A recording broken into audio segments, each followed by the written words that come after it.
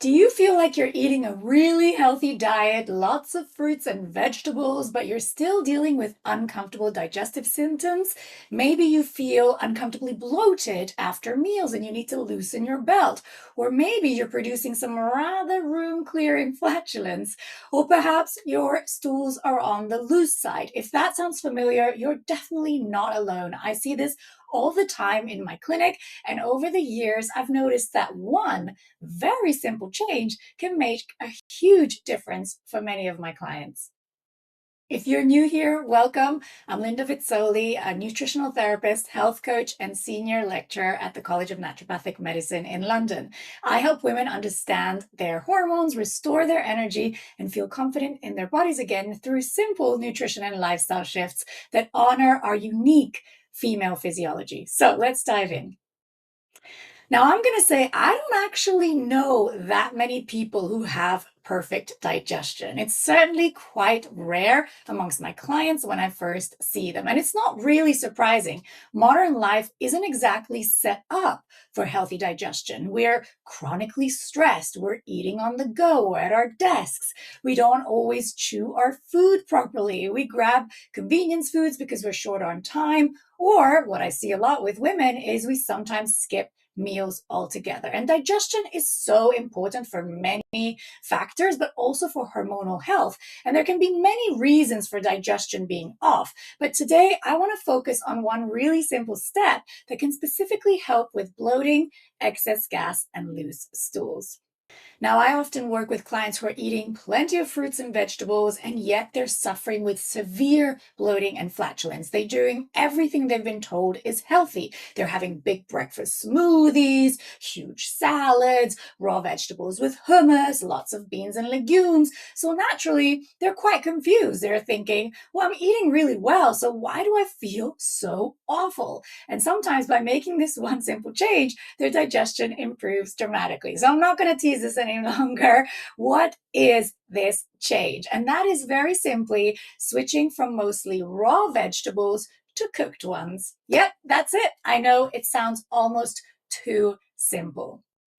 So why does this work? Well, fruits and vegetables contain a compound called cellulose, which is an insoluble fiber that forms the structure of the plant cell walls. In fact, cellulose is also the main component of paper. Animals like cows, sheep, and horses can digest cellulose and get energy from it. Humans can't. We simply don't produce the enzyme called cellulase that's needed to break it down. So much of it passes through our digestive tract undigested. Now, that's not necessarily a bad thing. We need that fiber. It's very important. It feeds our microbiome and it gets things moving. And daily bowel movements are crucial for hormonal health and estrogen detoxification, for example. But for people with sensitive digestion, large amounts of raw plant fiber can actually irritate the gut and sometimes contribute to loose stools.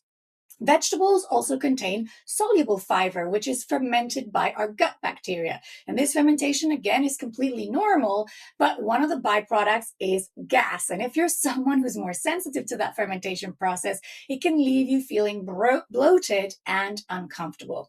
On top of that, I see so many clients with bacterial overgrowth, also known as SIBO, small intestinal bacterial overgrowth. And dumping lots of fiber in a digestive tract with overgrowth is just inviting your bacteria to an all-you-can-eat buffet. They're like, woohoo! And the fermentation is off the charts. Now, some foods are actually particularly fermentable, including onions, garlic, cauliflower, Brussels sprouts, and apples. Now, these are known as high FODMAP foods, and they're often problematic for people with digestive issues like IBS. And in fact, clients with IBS are often prescribed a low FODMAP diet, which can be helpful, but is often quite hard to sustain. So very often it doesn't actually need to be that complicated. Simply cooking your fruits and vegetables can make a remarkable difference. Cooking helps to soften and break down those tough plant fibers before they even reach your digestive tract.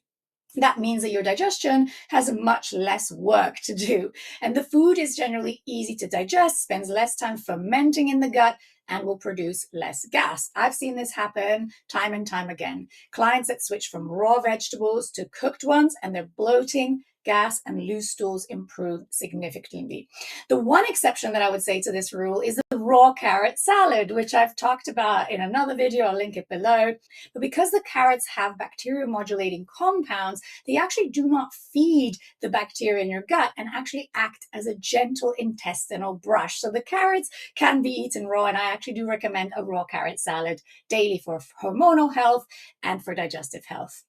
Traditional Chinese medicine has actually understood something similar for thousands of years. In Chinese medicine, the spleen and the stomach are responsible for digestion and absorption, and symptoms like bloating and loose stools are often considered a sign of deficient spleen qi. And one of the best ways to support this spleen qi and digestion is by eating warm, well-cooked foods and avoiding excessive amounts of cold foods, raw foods, and ice-cold drinks. The idea is that cold foods and drinks actually dampen your digestive fire. So whether or not you follow traditional Chinese medicine, I think there's a lot of wisdom in this approach. So instead of an ice-cold drink with your meal, try a warm herbal tea. And don't drink huge amounts with meals, as that can actually dilute stomach acid, which we need for proper digestion. So what does this actually look like in everyday life? Let's have a look. So if you're having a smoothie every morning, perhaps swap it with some cooked apples and cinnamon and Greek yogurt, or alongside some scrambled eggs. Congee, which is sort of well-cooked rice porridge, is another wonderful option. It's a comforting rice dish that's often given to children, older adults, or anyone recovering from illness throughout parts of Asia. And it's incredibly gentle on the digestive system. For lunch or dinner, instead of a huge raw salad every day, you could swap that with a nourishing soup made with a gelatinous bone broth or slow-cooked gelatinous meat stew. Personally, I eat bone broth pretty much every day unless it's 30 degrees outside. Gelatin is incredibly soothing to the gut and very anti-stress. And if you don't enjoy cooking, a slow cooker can become your best friend. Simply add some good quality gelatinous cuts of meat, some root vegetables, some onions, and water. Switch it on in the morning, and by dinner time, you'll have a delicious, nourishing meal that's much easier to digest. Now, if you have green vegetables and they seem to trigger your symptoms, you could focus on gentler options like pumpkin, squash, carrots, beetroots, courgettes, and very well cooked leafy greens. You could also add some warming spices like ginger, fennel, thyme, cinnamon, or cardamom. All of these are wonderful for supporting digestion. Fennel actually is one of my favorites for bloating. In fact, I often recommend fennel tea to breastfeeding mothers whose babies are suffering with colic. So if you've been eating lots of raw foods but still struggling with bloating, gas, or loose stools, why not try making this one simple swap? Move towards more cooked foods for a couple of weeks and simply notice how you feel. I genuinely love to hear your experience, so let me know in the comments which foods make you feel most bloated and which ones make you feel good.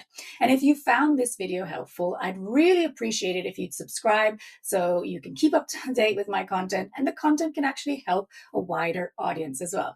If you'd like to go any deeper into this work, I also have my online self-led program with group coaching called the Midlife Reset.